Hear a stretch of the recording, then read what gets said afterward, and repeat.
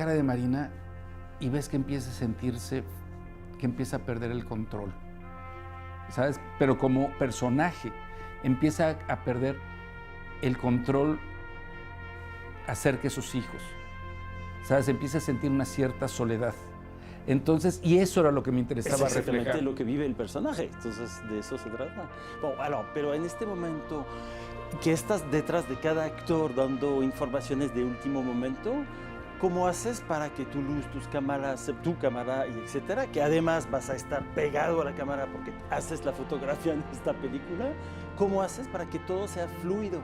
Es decir, ¿previste un set perfecto para que los actores puedan vivir sin como intervención del cine en su parte técnica? Porque hubo mucha preparación, hubo una preparación larguísima, donde entonces yo caminaba con los distintos miembros de los distintos departamentos. Como no tenían guión, todos sabían que si yo iba a buscar locaciones, no iba solo con la gente de locaciones de la asistente de dirección, sino que venía todo el mundo porque de algo se iba a hablar ahí, que iba a ser relevante para ellos. Y entonces todo el tiempo iban sumándose los elementos. Y tenía como parte de la intención de la película era celebrar y honrar la noción de tiempo y espacio.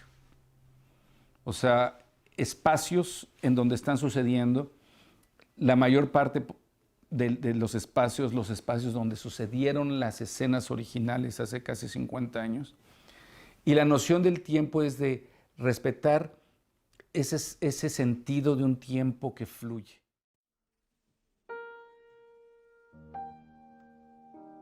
Al adentrarse en la memoria, es un viaje de dos aspectos, no necesariamente jerarquizables entre sí, pero reconocibles en tanto aquello que la vida proporciona a la memoria mantiene su lugar como huella significativa del tiempo a través de su aproximación.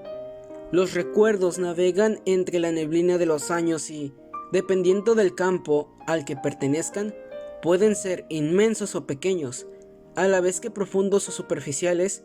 Su reconocimiento puede ser de inmediato de difícil rememoración. Su rastro puede desaparecer o no del todo, pero están allí, en ese resquicio llamado memoria. Es en esa reconstrucción infinitamente detallada donde encontramos esbozada la forma más acabada del recuerdo racional, textura de la imagen y reconstrucción del recuerdo, donde lo sensible da paso a una versión detallada de aquello que alguna vez existió. Es en los amplios planos secuencia, en los automóviles, en los programas de radio o en los acontecimientos políticos del momento, donde es posible encontrar esa forma intelectiva del ser humano. Para una reconstrucción, así desde luego que el blanco y negro son fundamentales, no por la densidad y profundidad exploratoria que su textura permite, sino porque en Roma son utilizados para otorgar a la imagen un acartonado matiz arqueológico.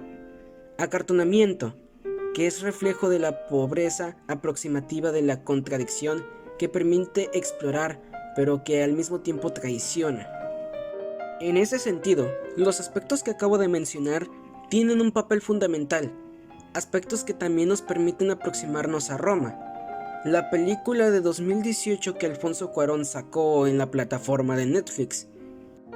Es así que en cada uno de esos fotogramas es posible rastrear el olor de la maldita Trinidad mexicana, el estado del partido único, la histórica identidad nacional mestiza del proyecto intelectual político burgués, y los remanentes de la moralidad porfiriana y posrevolucionaria.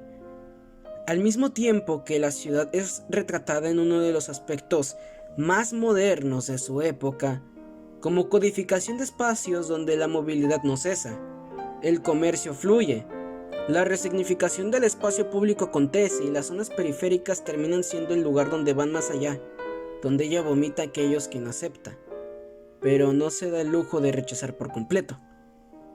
Porque los recuerdos se viven como remanentes sensibles de aquello que sucedió, que fue vivido, incluso cuando no lo fue de forma directa, mas y como herencia sensible de una entidad colectiva, así como las consecuencias desatadas a partir de su acontecimiento.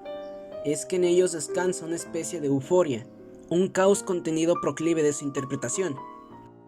Y así como no los rechaza, en el mejor de los casos los vuelve invisibles, olvidados, los asimila en falsas oportunidades políticas o los vuelve seres humanos de poca monta, ajenos al proyecto nacional, al final de todo sirvientes, tal como en Los Olvidados, película del aclamado director Luis Buñuel, donde se muestra la vida dura, el hiperrealismo y el neorrealismo italiano a través del cine mexicano, donde se toma como base a niños que no tienen oportunidades de tener una mejor vida debido a pertenecer a la clase social más pobre que pueda haber en sociedad. Es aquí donde las virtudes de Roma florecen, pues hace visible todo aquello que solo es aprehensible con la luz de su hiperrealismo, en tanto reproducción racional holística de todo lo existente. Es en esa interpretación donde la sensibilidad también es comprendida racionalmente. Pero así como este hiperrealismo encuentra su virtud, es por él que aquello que lo habita no dinamita plenitud en aquello que sugiere. De tal modo que el filme parece proponer un humanismo abstracto, mas no del todo crítico. Porque ante el caos desatado en el seno del recuerdo eufórico, el recuerdo racionalizado actúa desde la presión ordenada de lo vivido. Por ello, no es extraña la reconstrucción meticulosa del pasado en cuyo asidero Roma propone lo que algunos han denominado hiperrealismo.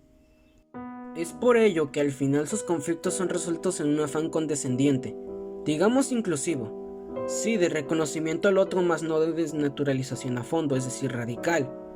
Son curiosas las secuencias de la hacienda donde los sirvientes festejando un año nuevo en la atmósfera invisible de lo que es feo, lugar donde pronunciar un simple ¿ya vas a hablar inglés?, es resultado de la distancia propiciada ante la negación al lugar que se les ha dispuesto, o de los pobladores envenenando al perro, del hacendado por un conflicto de tierras, o del viaje vacacional cuyo fin es incluir.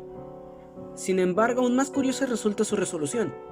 En ellas las distancias son eliminadas para apagar un incendio en medio del bosque, o todos cuando vuelven del viaje vacacional en aparente unidad, ocupando armoniosamente el lugar al que pertenecen, unos a la sala, otros a la cocina o a la azotea.